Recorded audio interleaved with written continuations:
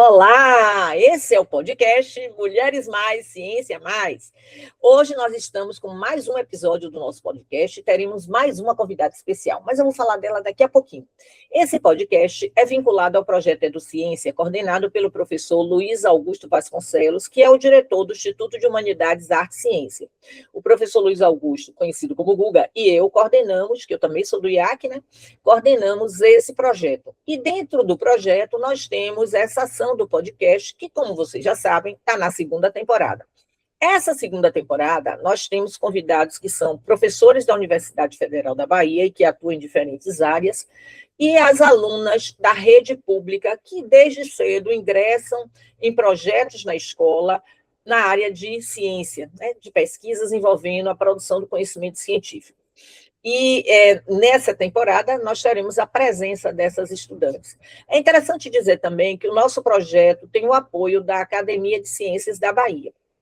Então, como vocês já sabem, esse projeto ele é veiculado no Spotify, também no Instagram do Comunidades Virtuais e do EduCiência e no YouTube também do Comunidades EduCiência. Convido vocês todos a estarem nos acompanhando, verem os episódios da primeira temporada, que foi muito legal, que foi com as professoras vinculadas ao programa de pós-graduação de Filosofia e Ensino da Ciência, ao qual eu sou vinculada, e também professoras da rede pública, né, de ensino. Então, vocês vão se divertir com essas mulheres poderosas que se apaixonaram pelas ciências e investem intensamente, né?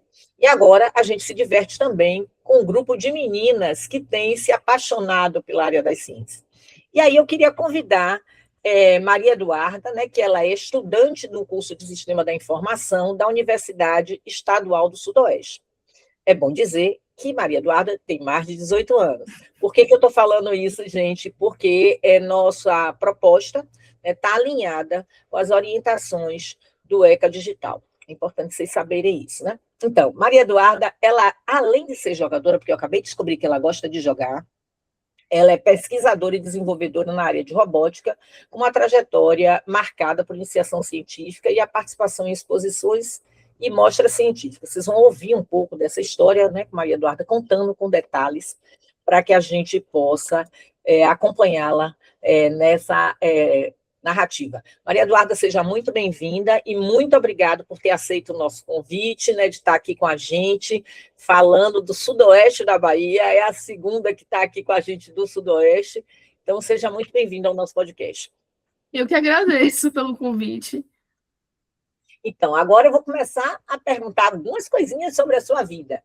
Me diga uma coisa, Maria Eduarda, quando você pensa assim, na palavra ciência, o que vem na sua cabeça? Qual a relação que você faz, né? A ciência, e diz aí, conta aí um pouco. Sinceramente, esse termo ele veio mudar para mim depois que eu comecei a trabalhar com essa parte de iniciação científica. Porque muitas das pessoas podem pensar assim que ciência é só uma matéria, mas ciência é um leque tão grande de coisas que você pode estar desfrutando, que você pode estar apresentando, que ciência, sinceramente, se tornou o meu âmbito preferido da parte educacional, da parte acadêmica. Então, quando eu penso em ciência, vem um leque de coisas que vem na cabeça e a mente não para. Não tem como trazer uma palavra só.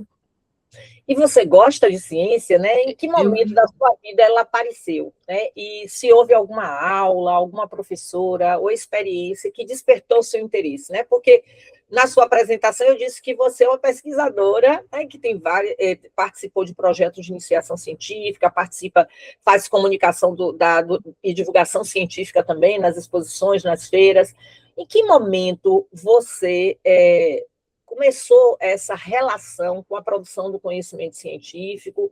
Conta um pouquinho dessa trajetória, se teve alguma professora marcante, como é que foi isso na escola, lá na educação básica, no ensino médio, né? Foi bem quando eu adentrei no Colégio Estadual Paulo Freire, aqui em Jequié, que é um colégio de rede estadual, né? E ele tinha a proposta de fazer uma amostra científica. E fazia parte, né, do conteúdo das notas, poder participar dessa feira. Eu nunca fui muito chegada, antes de entrar no colégio público, eu nunca fui muito chegada para a área de ciências, Só que nessa feira de ciências, em específico, no meu primeiro ano do ensino médio, uma professora gostou bastante da gente, dos nossos projetos, e a gente também encheu muito atrás dela, foi muito atrás dela, se ela queria fazer projeto com a gente, se ela podia ajudar a gente na nossa amostra científica. E ela meio que adotou, por assim dizer, eu e outros 2 colegas meus, para poder fazer projeto para o FECIBA, que é a feira de ciências que tem aqui na Bahia, que faz parte do encontro estudantil. E ela, assim, adotou, falou, vocês querem ir? Bora? Aí a gente falou, bora. Aí a gente começou a trabalhar com robótica, inicialmente. A gente fez um projeto de robótica, que foi o dispositivo de segurança para ciclistas. E a gente passou no FECIBA e viajou os 3 juntos, e desde que viajou os 3 juntos, a gente continuou chamando mais gente para poder viver essa experiência.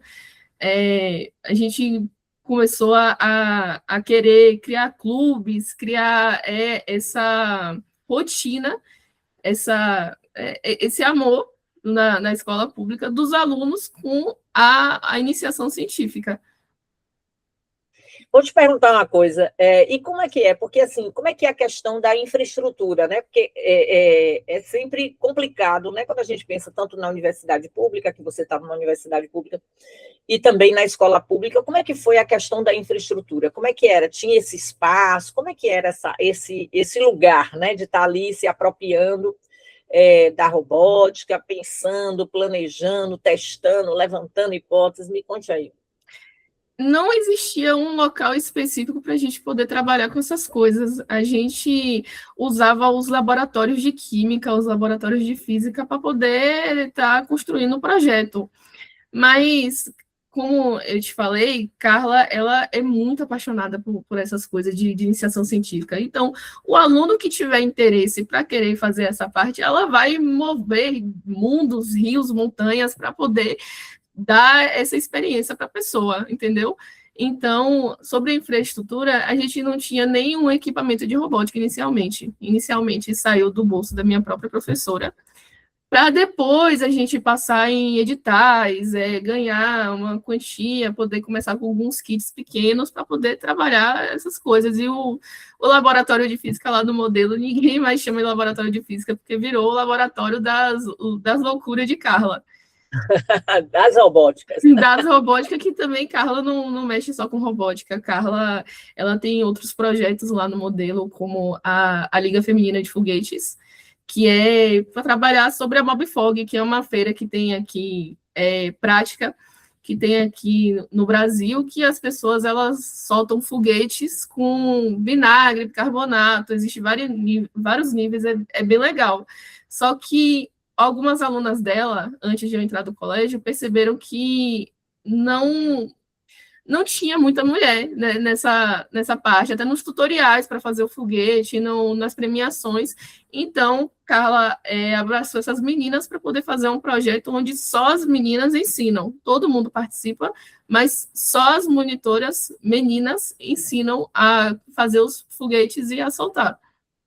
Você participou também desse projeto de foguete? Participei, viajei para algumas cidades próximas aqui, como Ipiaú, para poder apresentar o projeto para outras escolas estaduais, para outras escolas públicas. Então, eu participei, sim, desse projeto. Não era meu principal, mas tudo que Carla falava, bora, eu borava. Junto. Eu colava junto. Me diga uma coisa, como é que você acha que a escola, né, ela pode contribuir para despertar o interesse de vocês, das meninas, né, pelas ciências? Deveria existir aqui aquele incentivo, não só das meninas, mas também principalmente das meninas, de adentrar essas áreas. Não só a área que eu estou acostumada, como iniciação científica, robótica, essas coisas, mas as áreas do seu interesse mesmo, projetos de biologia, projetos de física, projetos de matemática. Eu acho que a escola deveria dar aquele empurrão para os alunos, né, principalmente as meninas, entrarem nessas áreas de STEAM, que é ciência, tecnologia, engenharia, artes e matemática. Então, eu acho muito válido e importante que a escola meio que dê esse pontapé inicial com projetos, feiras, projetos até de extensão, que eles visitem laboratórios, que eles visitem outros lugares que já são acostumados a mexer com esse tipo de coisa, para poder gerar aquela curiosidade. E também é importante que os professores cheguem junto dos alunos para poder dar um up, para poder eles realmente desejarem entrar nessa área. Tanto que, na minha vivência, o que a escola trabalhou para me incentivar foi essa questão de ter uma professora para chegar junto, foi essa questão de falar, não, tudo bem, você quer participar, você quer fazer projeto, a gente tenta. Foram noites mal dormidas, né? Foram dias corrigindo o projeto, corrigindo pesquisa. Então, precisa realmente ter aquele professor para dar um gás e não deixar a menina ou a pessoa que quer trabalhar nessa área desistir. Porque se não existisse essa minha professora, né, na minha vivência, para poder dar aquela segurada em você, para você não achar que não é possível, não achar que vai ser extremamente difícil, que vai ser quase como impossível mesmo, se não tiver essa professora, é bem difícil. Então, é preciso que a comunidade escolar, a gestão, que os professores se juntem para poder procurar meios, para poder procurar trabalhos, projetos, para poder incentivar, principalmente as meninas. É isso mesmo, quer dizer, a escola criar um espaço de aprendizagem onde todo mundo, né, professores, alunos, técnicos, toda a gestão, como você falou, se mobilize para motivar não apenas as meninas, mas todos, né, para o processo de ensino-aprendizagem, para o desejo de aprender, seja a área de ciência, seja qualquer outra área. Muito legal, isso mesmo. Agora, que atividades você acha, né, que a escola deve fazer para que vocês, meninas especialmente, se sintam curiosas ou motivadas a investigar e aprender? Você já falou muita coisa aí, mas tem alguma coisa que você acha? Eu acho que podia ser dessa forma. Qual é que você acha?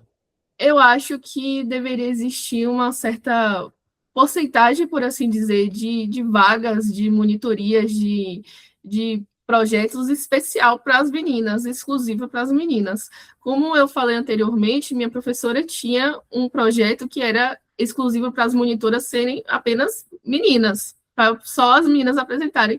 Então, eu acho bem bacana, bem incentivador, que a escola também dê umas vagas especiais, dê uma oportunidade um pouco maior para as meninas, já que é bem carente de meninas nessas áreas.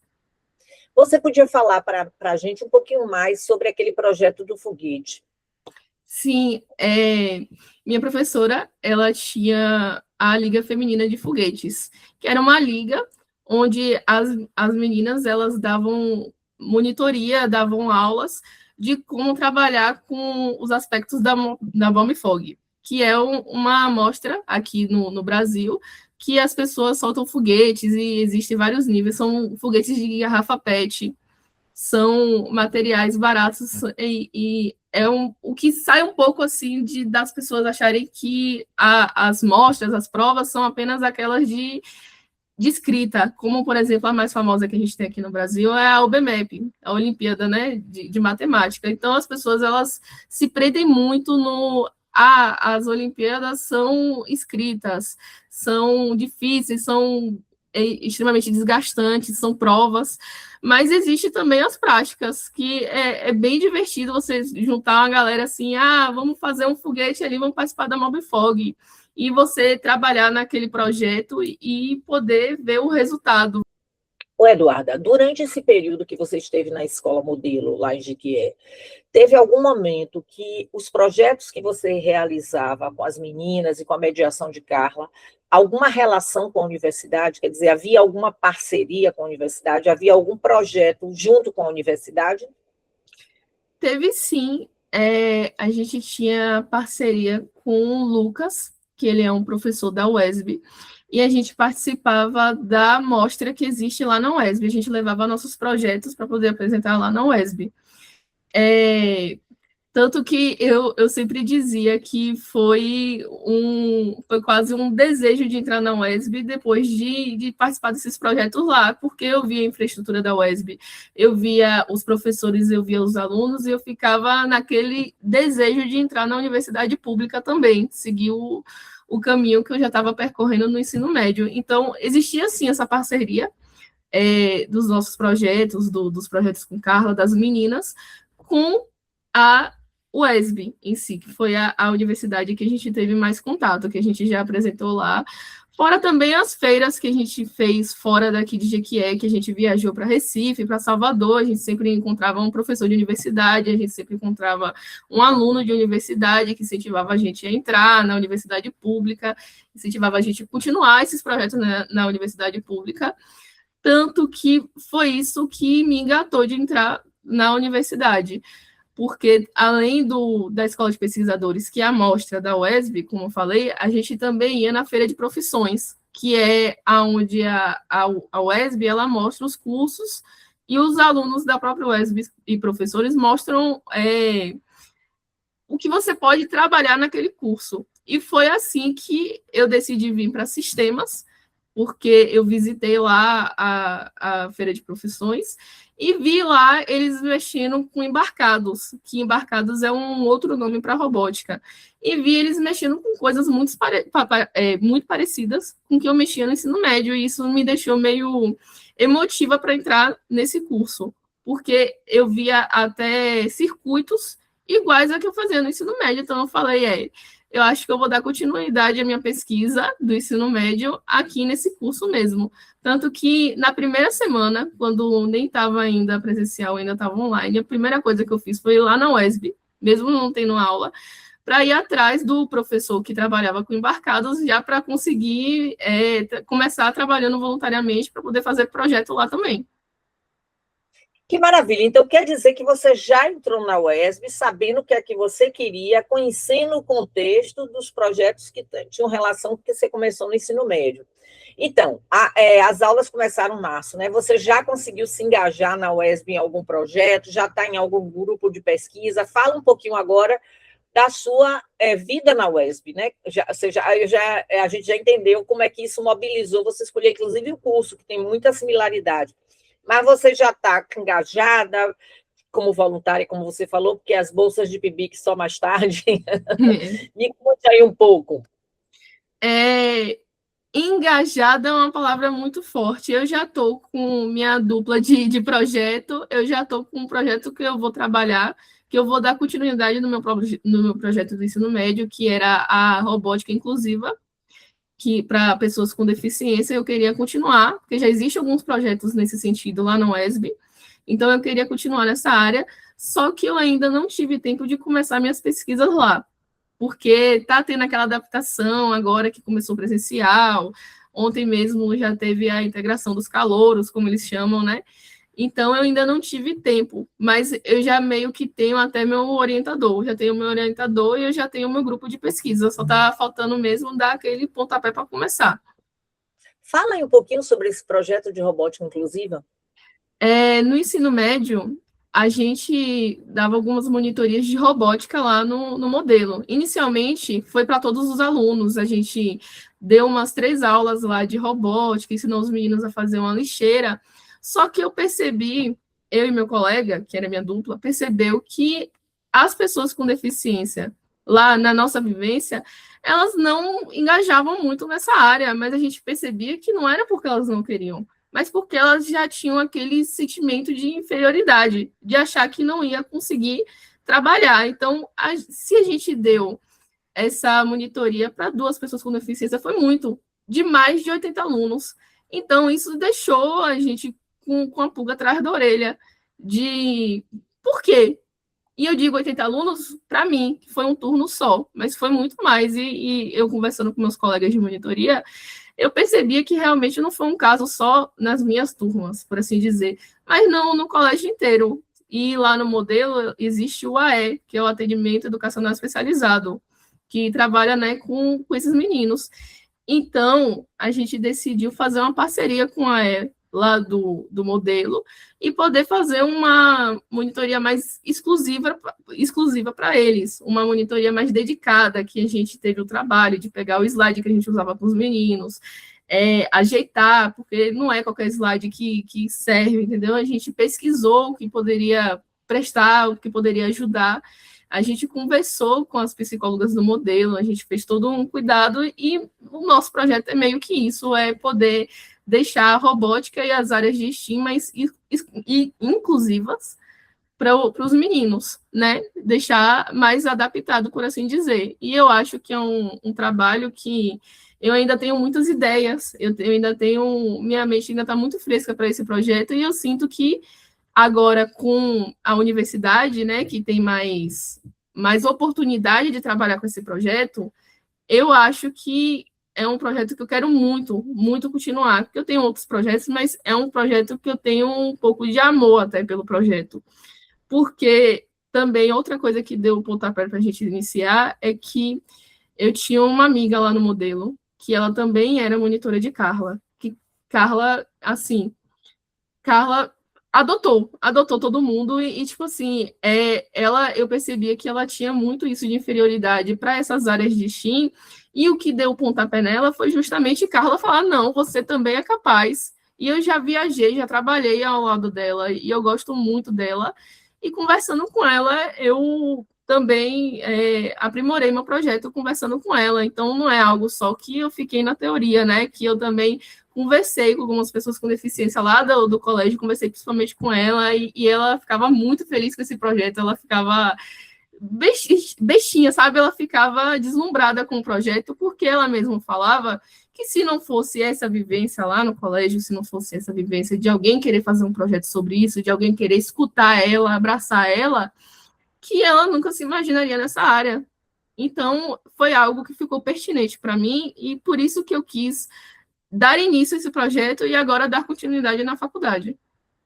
Muito legal isso. Então, você traz aí uma coisa interessante, né? Que é essa coisa de não ficar só na teoria. Aí eu queria até pegar isso que você falou, né? Na sua perspectiva, o que é fazer ciência, né? Como é que você produz um conhecimento novo para você?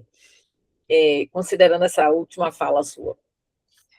Inicialmente, a gente precisa ter a ideia do que a gente quer pesquisar. A gente precisa, não, eu quero trabalhar com pessoas com deficiência, eu preciso entender o tema primeiramente. Eu preciso pesquisar, eu preciso ver projetos que já existem, eu preciso ver vídeos sobre esses projetos. Eu preciso estudar primeiro, antes de tudo, eu preciso estudar. Segundamente, preciso escrever, eu preciso, né, fazer meu diário de bordo, preciso fazer minha escrita científica para poder dar continuidade no projeto. E aí sim, eu preciso planejar e começar os testes. Caso for um projeto de testes, né? Caso for um projeto de pesquisa, eu preciso dar continuidade até chegar no objetivo que eu preciso. Então, para mim, isso de fazer ciência é muito do pesquisar e aplicar, entendeu? Porque não adianta nada a gente pegar, fazer um projeto teórico e deixar ele no teórico para sempre. Claro que ele vai ter a fase dele do teórico, mas a gente precisa muito ir para a prática. A gente precisa muito testar para ver se é isso mesmo, se é realmente uma pauta necessária, sendo essa, claro, muito necessária, mas a pauta que você quiser trabalhar. Ver se já não existe meios dessa pauta já ser atendida e o que você pode aprimorar do que já existe. Muito bom, muito legal. Deixa eu te perguntar agora, você disse, né, eu te apresentei como pesquisadora, você já se vê nesse lugar, né, de pesquisadora, de cientista, por quê? Me conte aí. Eu já me vejo nesse lugar já. Desde o meu primeiro ano eu já me vejo, porque você não precisa ter uma pesquisa extremamente elaborada, extremamente bem-sucedida para você se considerar cientista. Só do ato de você querer adentrar nessa área, de você querer pesquisar, de você querer testar, já te torna uma cientista. Então, claro que você já não vai começar a melhor cientista do mundo, mas é no erro que a gente aprende. A gente precisa começar no erro, errar várias vezes, corrigir várias vezes e saber que você está fazendo um bom trabalho, você está fazendo o que você conseguir dar para o seu projeto já é ótimo, você precisa dar o seu melhor, não necessariamente acertar sempre, Então, eu já me considero já uma cientista, e eu acho que as meninas, principalmente, precisam mais dar amor a isso que você faz, não achar, tipo assim, ai, mas é porque a minha pesquisa deu errado em tal ponto, então eu já não sou uma boa cientista. Não é isso. É no erro que você aprende, é corrigir aquele erro, tentar até dar certo. Muito bem, você trouxe uma coisa importante aí para a gente que constrói conhecimentos novos nas diferentes áreas, né, do conhecimento, que tem um autor chamado Piaget, psicólogo, quer dizer, ele era biólogo, mas ele é considerado um psicólogo que trouxe contribuições para a psicologia infantil. E aí ele vai falar exatamente isso que você disse aí, né, que o erro faz parte do processo de construção do conhecimento. Muito legal. Então, agora eu queria falar um pouquinho, né, sobre você é uma pessoa da área de tecnologia, né, os projetos que você desenvolve. Eu queria entender um pouquinho a sua relação hoje, né, com como é que você usa a internet, os aplicativos, a inteligência artificial para estudar, para pesquisar, para contribuir para o que você quer investigar e fazer. Existe, né, aquele mito que a inteligência artificial muito atrapalha. Mas o que acontece? Eu confesso que eu sou uma pessoa que usa muito inteligência artificial para fazer meus projetos. Mas existe, eu percebo, né? Existe aquela dúvida, assim, de como usar a inteligência artificial. Porque nem sempre a pessoa vai acabar usando da maneira correta. E eu digo isso porque eu já usei da maneira errada. Minha professora até falava para gente, meninos, a inteligência artificial não é para fazer seu trabalho, é para te ajudar a fazer seu trabalho. A inteligência artificial ela não foi feita para fazer a produção científica pronta. Eu quero um relatório sobre tal pesquisa e eu quero ele pronto. Ele não vai te dar o melhor resultado. Você precisa usar a inteligência artificial de uma forma que te ajude mesmo. Não faça seu trabalho, mas te ajude. Pesquisando, quais projetos que existem nessa área, pesquisar folhetos acadêmicos, relatórios acadêmicos de universidade, de escola. A inteligência artificial ajuda muito nisso, a termos, sinônimos na hora de escrever. Então, eu acho que a internet, a inteligência artificial, por um todo, é para ajudar, mas a pessoa tem que realmente saber como usar, porque ela não está aqui para fazer o seu trabalho. Você precisa, por si só, saber. Ela é mais um facilitador. E vem cá, e quando você usa a inteligência artificial, você informa que você usou, você tem, que tipo de cuidado você tem quando você diz, agora eu vou fazer um trabalho usando uma ferramenta de inteligência artificial generativa? E quais são os cuidados que você tem? É necessário informar. Quando você faz pesquisa científica, até a maioria das feiras elas já cobram no formulário onde você vai cadastrar seu projeto, você coloca lá, eu usei inteligência artificial, eu não usei. E eles lá vão subjugar se realmente você usou para fazer o seu trabalho ou para ajudar no seu trabalho. Então, eu acho que deve existir sim esse cuidado de avisar e de também não deixar o seu trabalho todo feito por ela, entende? É mais para realmente ajudar. Então, eu acho sim necessário avisar, e normalmente eu avisava pelos formulários na hora de cadastrar meu projeto, porque a maioria das feiras agora, pelo menos as que eu tive vivência, já vinha com essa opção de marcar pronta. Isso está sendo geral, né? Inclusive, assim, quando a gente vai publicar um artigo agora, a gente tem que informar, então é sempre no campo daquela parte que a gente fala da metodologia que a gente vai informar, então é isso mesmo. E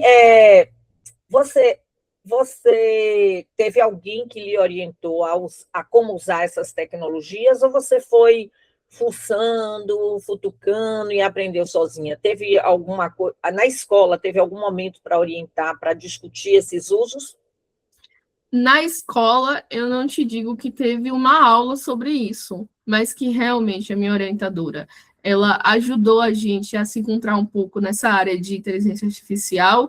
Teve, mas eu acho que também foi muito da minha parte autodidata, de ir pesquisando e testando, e mandar as escritas para ela, e ela falar, não, aqui está muito inteligência artificial, aqui não usou da forma correta, pode refazer. Então, eu acho que foi um pouco dos dois. Mas falando agora que a senhora falou disso, eu acho que realmente deveria existir uma matéria ou uma aula específica para ter um professor ali experiente nesse assunto para poder ensinar os alunos a usar a IA da maneira correta. Muito bem. Você já ouviu falar, Eduarda, sobre a lei do ECA Digital? O ECA é Estatuto da Criança e Adolescente, só que atualizado agora para o digital. Já ouviu falar? O que é que você ouviu falar? O que é que você acha? Ou não ouviu falar? Já ouvi falar sim, é um tema bem pertinente e atual, né?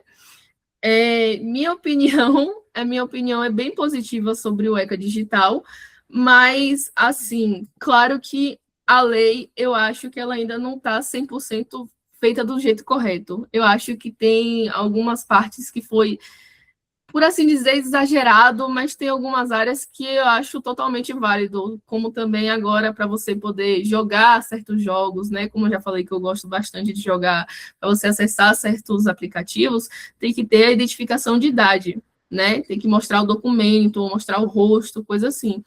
Mas, como ainda está bem no começo da lei, bem no começo da aplicação, eu percebo que existem muitos erros.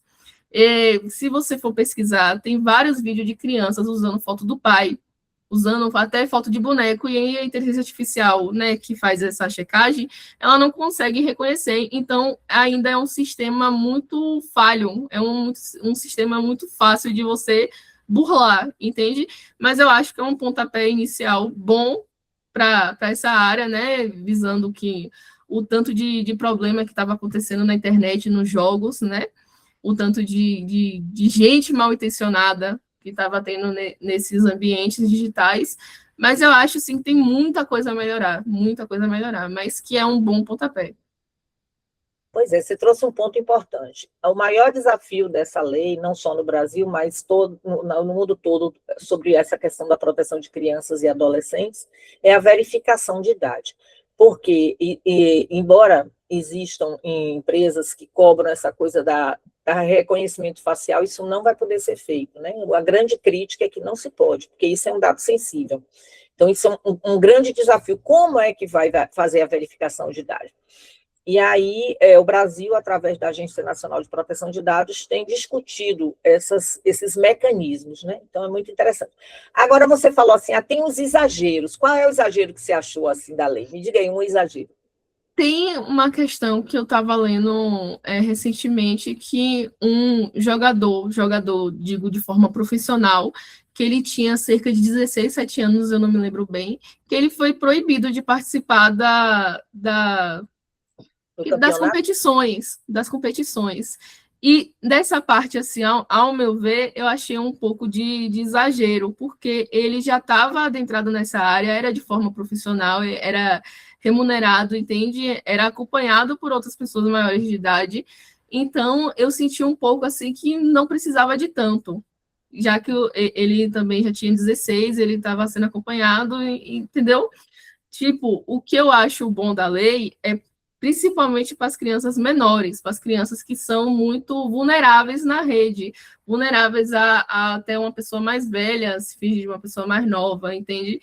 Mas eu acho que essa questão de proibir a pessoa participar dessa competição porque ela tem 16 anos, eu achei um pouco de exagero, mas isso é uma opinião minha.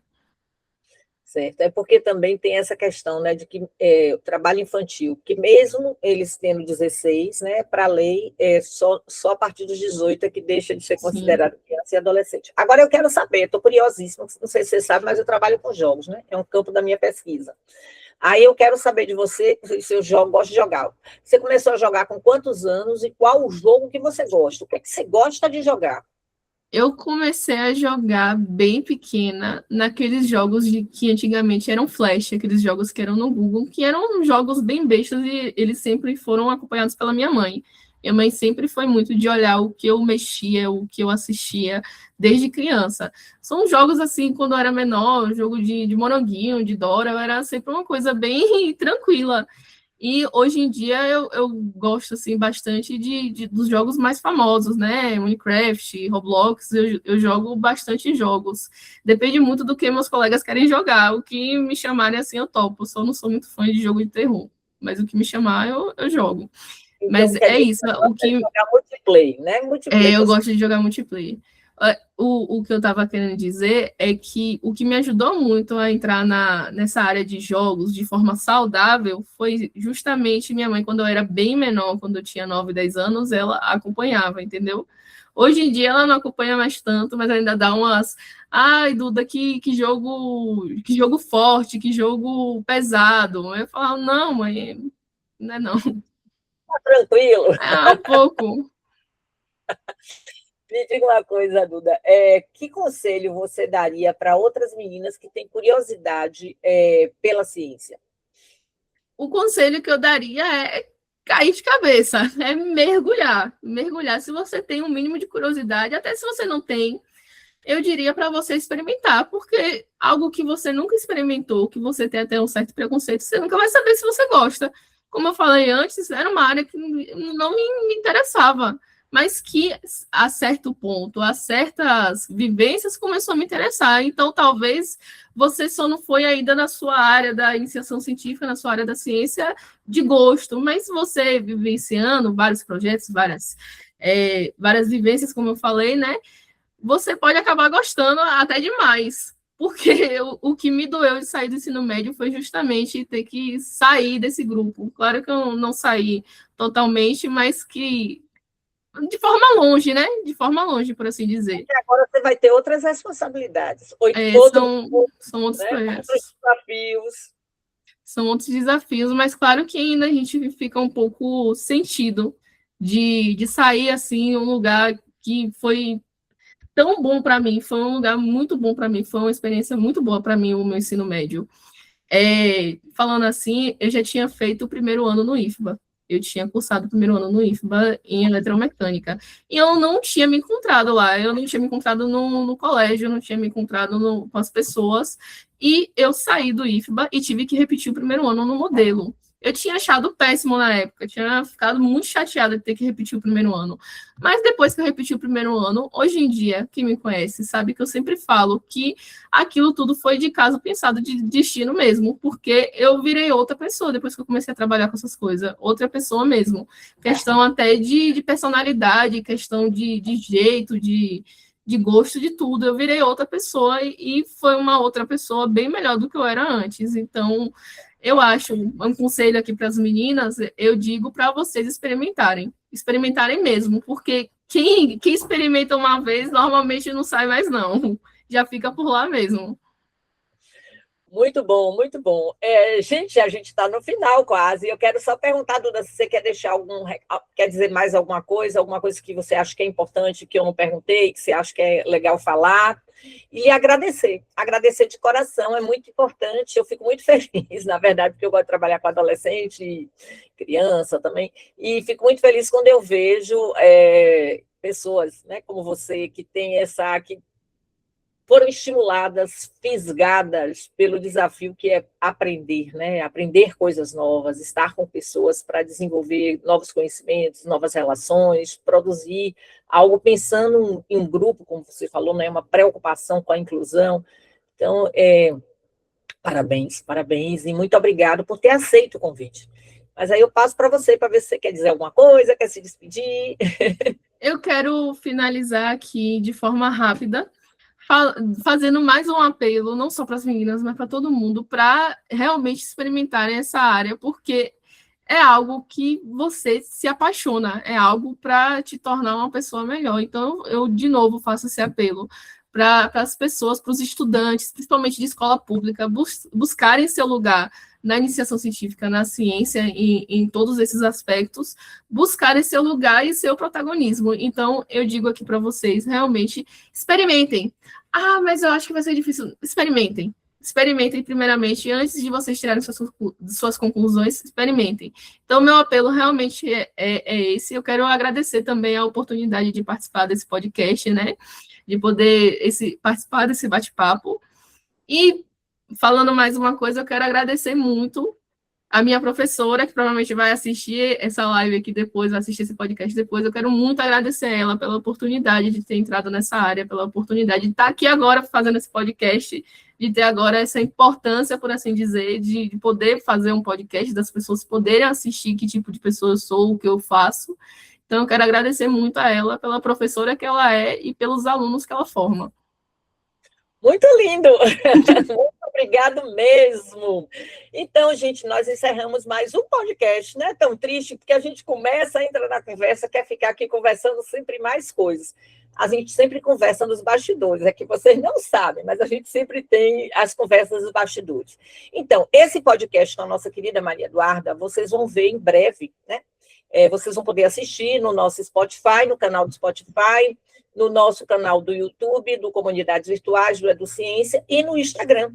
Então, assistam, ouçam essas histórias lindas, desafiadoras, e compartilhem, compartilhem, porque é muito legal a gente ver o protagonismo dessas meninas, das professoras, que despertam o desejo, né, de outras meninas, de outras mulheres a seguirem esse caminho. Então, mais uma vez, eu agradeço a Maria Eduarda, agradeço a Carla pela indicação, obrigado, Carla.